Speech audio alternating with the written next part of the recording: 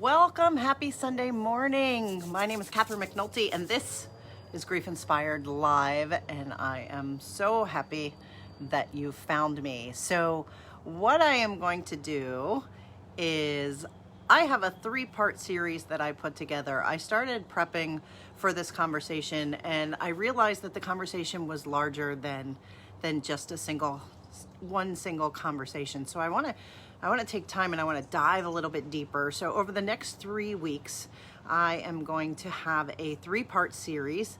And that is, healing from grief. And what does it mean? And I want to dive into it a little bit. I want to explore it. And I want to understand a little bit more what it means for all of us. So in terms of what I do here at Grief Inspired, I help women specifically who have been struggling with pregnancy, have had miscarriages, who understand what it means because you've suffered a loss of a child, have had troubles with infertility, have, really struggled to get through this life and to figure out what it all means. So we all just want to be happy.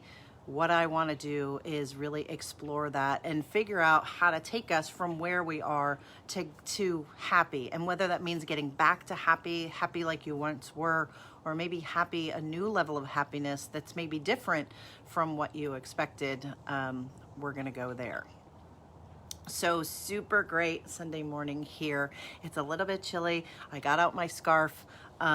Yes, short people can wear blanket scarves too. This was a gift from a dear friend. Thank you, Joe. And I'm out here and I just want to show you, I'm out in my backyard. The purple is all in bloom. My succulents, I have tons of succulents here. My succulents are all doing great. So super excited to be outside, even though it's a little bit chilly, and chilly's okay. So let's talk a little bit, let's dive a little bit into, what does it mean to heal from grief? Have you ever thought of that? We say we want to heal. Well, what does that heal mean? What are we looking toward? What are we trying to achieve when we heal? And so that's what this discussion is about. And again, it's a 3-part series. So we're going to define it, we're going to explore it, and then we're going to put some actions in place that hopefully will help support you in that healing process. So to start off, I want to ask you, do you think that healing from grief is something that just takes time, and if you just sit back and let time do its thing, that eventually you will heal? However we're defining heal, or heal from grief. Do you think that that's possible? That was what my understanding was of grief. When people's, when I lost my child, I lost my first miscarriage, and when I lost my son, when he was born prematurely, they were like, well, it's going to be okay. You're going to be all right. And I was like, well, I wasn't really convinced of that. I wasn't really sure that I was going to be okay. But they just said time, we all know the phrase, time heals all wounds. Does it? Does time heal all wounds without any intervention, without any processing, without any thinking about it? If you just let time pass, does time make a difference? I don't think so. And I have a feeling that if you're here and you found my video and that you're watching, it's likely because you know that there are things that you want to do, or you want to know what to do to get you through your grief, right? And to get you to healing. And again, there's this mysterious healing off in the center. It's like the holy grail of, well, now I'm healed. And is that what we're shooting for? So again, we're exploring healing and what it means. But, here's my question for you. And I want you to, take some time and think about this question this week is how do you know if you've healed? So you lose someone, you've had a miscarriage, you have gone through, let's say, for example, I know I have clients who have gone through infertility for years, right? And have done all the work. And it just hasn't happened. How do you heal from that? And how do you know when you've healed? And how do you know that you have truly healed, as opposed to saying, well, we're just kind of pushing that to the side and we're moving on with our life, we're taking a different direction. If you suffer a miscarriage and then you have another pregnancy that's a viable pregnancy that that ends up well, have you healed from your first miscarriage, or are you just kind of moving on and trying to forget about it? And I'm not trying to bring things up, but I think that it's worth the exploration for you. And again, I talk to so many people who have experienced all kinds of grief, right? Not necessarily just losing a baby or suffering from infertility or miscarriage, but grief of the way the state of the world is, grief of a child who has gone astray, a grief from the loss of a divorce, a grief from whatever it is. And it's like, how do we really know that we've healed? How do we know, and what does healed even mean? And so, of course, what I did when I was doing my research, I thought about it for myself, and I could probably give you, what I think my answer is. But I went to the books, right? And so, when you think of something that needs to be healed, that means it's either damaged or it's sick, right? So it needs to be fixed, right? So, if you say, for example, when I had my first miscarriage, or if you had a miscarriage, or if you have a pregnancy that isn't necessarily viable and doesn't end well, we blame ourselves and we want our bodies to heal. And we say, okay, my body did something wrong. And why did my body do this to me? But if you have a living child, right, who lives for a while, or has gotten further along in the pregnancy, let's say, and then something goes wrong, you say, now it's not necessarily my body being sick, but now it's my baby that's sick, and I want my baby to heal. And so we look for solutions to fix them, meaning, they're broken or they're not healthy, and they need to be healthy and healed. And so that's one of the ways that we look at healing, as if it's something that needs to be fixed. And so, taking that then to when we talk about healing from grief, do you need to be fixed? Like, are you broken?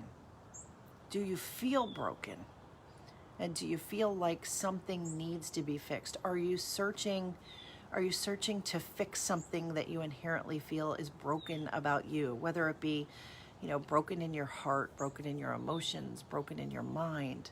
Do you feel like you're sick? Do you feel like something needs to be fixed? As if something is wrong, right? Is something wrong? And,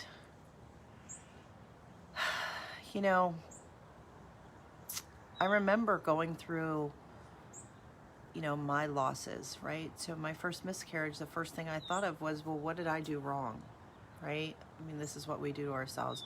What did I do wrong?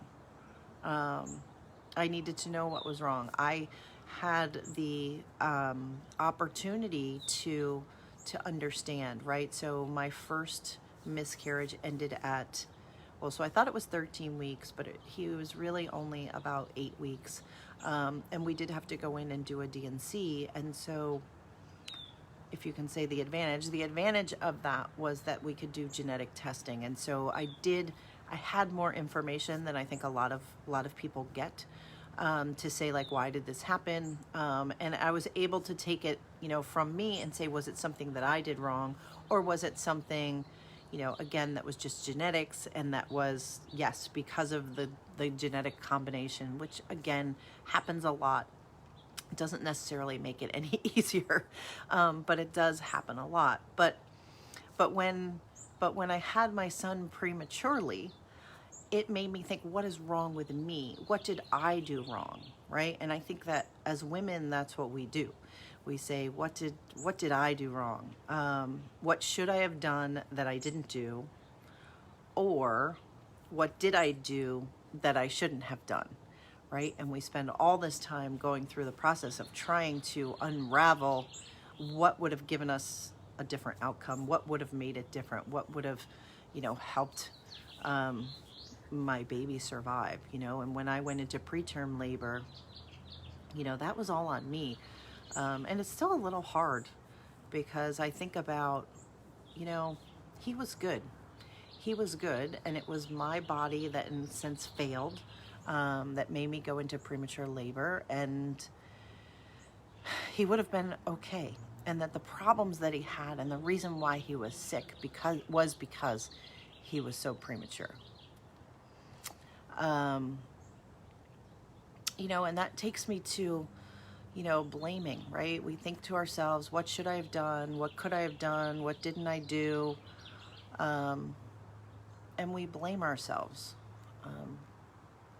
So are you blaming yourself for something that you think maybe you should have done, that you could be doing, that you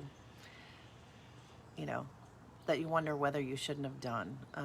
Because here's the thing, is that when, we need to blame, and blame is, Brene Brown talks about blame all the time, and I love her conversation around it, but it's basically, we want to blame someone because it has to be someone's fault.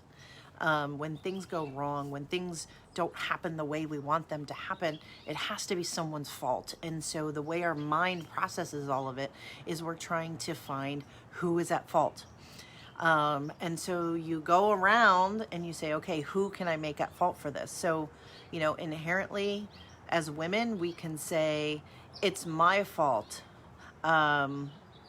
We can say, it's my fault that this happened, right? As so often women, we blame ourselves because we think that if something goes wrong, it must be my fault. I could have done something. And I think that's, part of the condition, and we just need to look at that as part of the healing process. But if we don't blame ourselves, we still need to find fault. And so we start looking around as who else can we blame? For me, I wanted to blame doctors.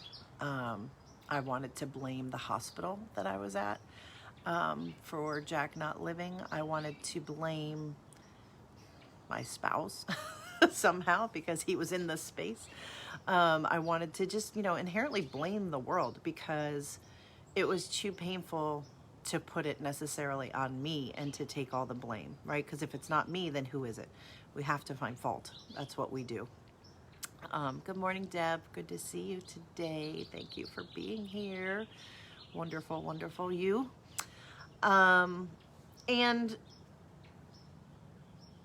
so this is how we process, right? This is how we mentally process and make sense. And when, going back to the conversation around how do we heal, to me, the way we fix what's wrong or the way we fix what's broken in us, if we're talking about being broken while we're healing, the healing to me is really processing it. So not just, kind of the opposite of like time heals all wounds, right? Just instead of like letting things fester and letting things just sit there and hoping and praying that they're just going to kind of work themselves out. I think healing is actually the processing of what happened. And Lynn's here as well. Good morning, Lynn. So good to see both of you guys here with me. Thank you for being here. But yeah, so we're talking about processing, and we're talking about processing so that we can heal, right? And so what is that processing? And healing from grief, healing from loss. What does that look like? Or even, healing from a traumatic event surrounding everything, surrounding your loss, right? How are you processing that? And how do you get to the state of being healed? And so, Deb, part of the conversation I was saying at the beginning was how are we defining we're healed? How are you going to know, right? For both of you ladies, how are you going to know that you feel healed from what's gone on with your sons, right? How do you know what that healing is?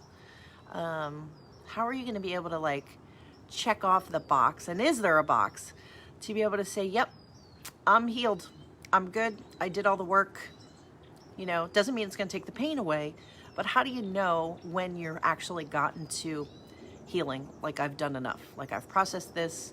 I've wrapped my head around it. I can talk about, everything that's going on with, what happened or what is happening or what's still happening, and not be devastated by it, and be able to talk about it, and to be able to, process it in a way and share it in a way that's not harmful to yourself as you do it. So let's see, I'm just going back to my notes because I go off on tangents. And Deb, you have no clue. Well, so that's what, so this is a 3-part series that I'm putting together because I want us to explore this, right?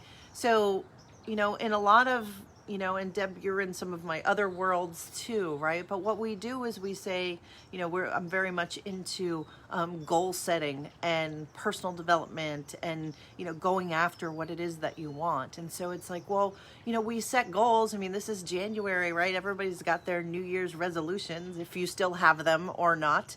But it's like, if you want to achieve a goal, you have to know, you have to know what that goal is, and then you have to know what it takes to get to that goal. So Lynn says, I don't feel I'm healed, and I don't know when or if I will be. Time helps, but I'm not sure when. Yeah. So, as part of this, Lynn, I'd love to explore with you and with others in saying that, like, you can heal from this, right? So I think that the first thing is understanding, well, yeah, I think you can heal, from whatever's gone on. I think we have that ability. I think that if we, take the position that we can't be healed, or we're going to forever be, broken, or damaged, or just sick, or however you want to define the grief, that's a really hard place to sit in. And I know for me personally, that was one place that I didn't want to hang out in too long.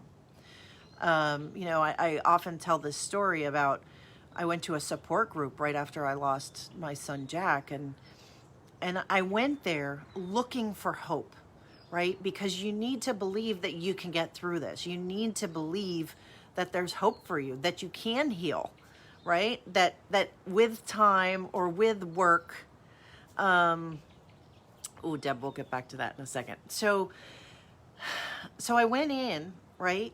And there was a woman who was facilitating the meeting, and this was my first meeting, so I didn't know what the hell was going on with this, support group thing. And I think that's a lot of the reason why people don't go to support groups, because they're like, I don't know what's going to happen there, and are people going to make me talk? And it's weird. It's uncomfortable. It's really uncomfortable for me my first time.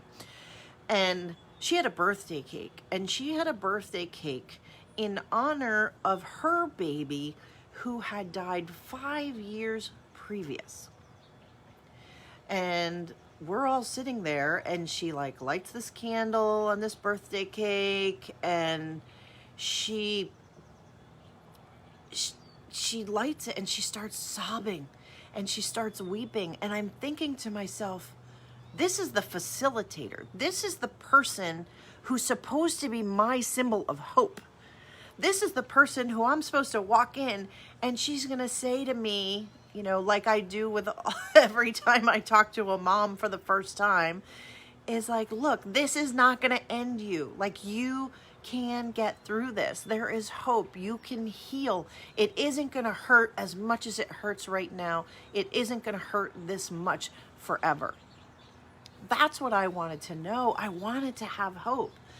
And to be honest, this woman who was crying over her dead baby's birthday cake, that kid was never going to see, that whatever, this woman did me a favor, to be truthful, because I thought to myself in that moment, oh, hell no. 5 years from now, right? Because I put myself in her position. And I said to myself, in 5 years, I'm sure as hell not going to be that broken. Because to me, she looked broken. She looked like she hadn't healed. She looked like she hadn't processed. And I give her amazing kudos for wanting to be there and wanting to support women. And I think it's amazing, and I know her well, and she's a wonderful, amazing person. So it's not about, whether or not she's a good person. It's about whether or not you're healing. And the reason why I do this is because, Lynn, for you, I want to be the symbol of hope. I want to say, yes, you can heal, and that it is going to happen. And Deb, you can heal. And it is going to happen. And yes, it takes time, but it takes effort and it takes work. And I know you guys are both doing the work. But you need to have that hope, and you need to believe. And, going back, Deb, to your comment, and that's so good. It's so good, right? Because that's a whole nother level, is knowing mentally, right? I think that by seeing other people who have healed, I'm hoping that mentally that's why you can process around it with your head and say, yes, I've healed this far. But then to say, okay, I've healed in my head, meaning I know in my mind, I know intellectually that I should be able to get through this, and that I should be able to heal. But then it drops into your heart, right? And when it drops into your heart, it's all of that pain. It's all of the heartache. It's all of the longing for your sons, for what you had, what you're missing, right, with the future. It's all of that pain. And so when you try to tell your heart that you can process this, and I think it's more of a challenge. And I think that sometimes we get confused in that, and I talked about this yesterday on the live I did on my personal page with Tom Bidu, who's Bidoff, I say his name wrong. Goodgrievings.com is where he is, and he's amazing. And we were talking a little bit about it, and we were talking about, sometimes you hold on to the pain because you feel like if you let go of the pain, that you're letting go of them, whoever it is. And I'm not saying that pain will ever completely disappear. I think I think we could dive into that, right? We could dive into the difference of the pain. There's the pain of loss because you miss them, because you want them. And then there's pain that's more like the brokenness, like feeling defeated, feeling like you've done something wrong, they've done something wrong, the anger, the guilt, right? I think that in addition, and Deb, I'm going to add this to the conversation in the next couple of weeks, right? How do you break apart that kind of the pain in your heart? Because I think they are distinct. And I don't know if I'm really making sense, because I think I need to wrap my head around this, but to me, they're very different things, right? The brokenness that I used to feel about my son, because I thought it was my fault, because I was like, why me? Why did this happen to me? My life sucks. Like, it's not fair. Other people have things that I don't have. That's a different level of pain. Somebody doing something to you, right? That betrayal, that wrong. That pain is different than just the pain of saying, man, I love that baby boy, and I would give anything to have him with me. And that's, that chokes me up. And that pain is not going to ever go away. But that's the pain that I wrap around. That's the pain of love, because you love them, because you still love them, right? And it's that pain of kind of longing, and it's less, I don't know, is pain the right word? It is pain. anyway, so I'll think about that over these next couple of weeks, and you know, let's you know, have some conversations. I'd love to have you guys, you know, tell me what you think too. So here's the question for you. And look, I'm like crying now, my little boy. 10 years, it's not going to go away, but that doesn't mean that I'm not healed. I feel 100% healed. And so, healed from my divorce, not so much. Still working on that one. Healed from losing Jack, healed from my first miscarriage, healed from the infertility experience. That was tough. You know, so here's the question. You know, I want you to explore this week. What is healing for you? And what is the goal, right? How do you know, and maybe if you can't define it, maybe sit quietly and say, how do you want to feel, right? Like Lynn, for you specifically, how do you want your situation to be? Like, what's the outcome that you want, right? And it has to be, you know, something that's possible and realistic, right? You know, we can't say, like, for me, I can't say, well, you know, I want Jack to be back, right? I want him to be back in my arms and everything be wonderful again. Like, I don't think that's not healing. You know, but what is healing for you? How do you want to feel?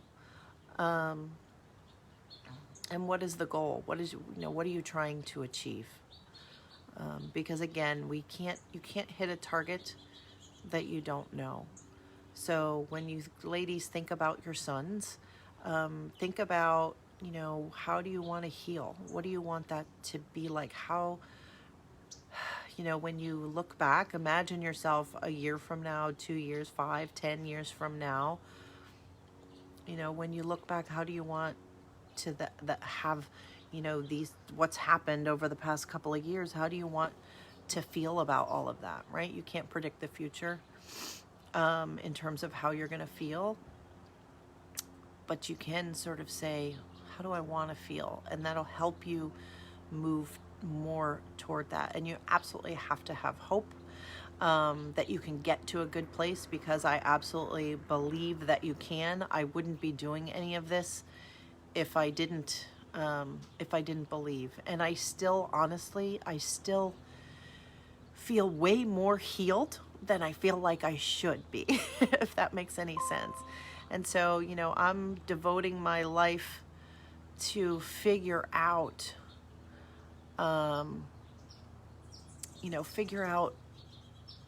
why I'm healed, like what happened, right? And what did I use and what did I do? And then I want to be able to share that with all of you, and hopefully give you guys some insights that's going to help you on your particular journey, and, you know, make it a little bit easier, because, you know, in the end, we all want to be happy. Yeah, and we may not have our sons the way we want them. But you can build a relationship based on what is and based on what you know, and you can process, and you can find the answers that you need, and you can come to terms with everything that's going on in your head as it like bumps around in your head while you go out, you know, throughout your life. And I think it's going to be okay. So thanks, guys, for sticking with me today. I love that the sun's coming out now and it's getting like warm. I am totally going to get outside more. I'm going to go for a walk. I'm going to get some exercise. I am going to continue to drink my lemon zinger tea this morning, because the lemon is good. Tea is good sometimes to warm you to the core. But do something to take care of yourselves today, and continue to drop in comments as you sort of think throughout the day. You know, you can come back and you can add more comments as you've been thinking, and then we'll meet again next Sunday, and we will dive into this a little bit deeper into part 2, and start saying, you know, what does that healing look like for us? So for right now, let's just see if we can figure out what the goal is and how we want to feel moving forward. Thanks so much, ladies, for watching. Thanks for everyone else. If you're watching this on replay, hashtag replay me, please, so that I know that you're watching. And take care. We'll see you soon.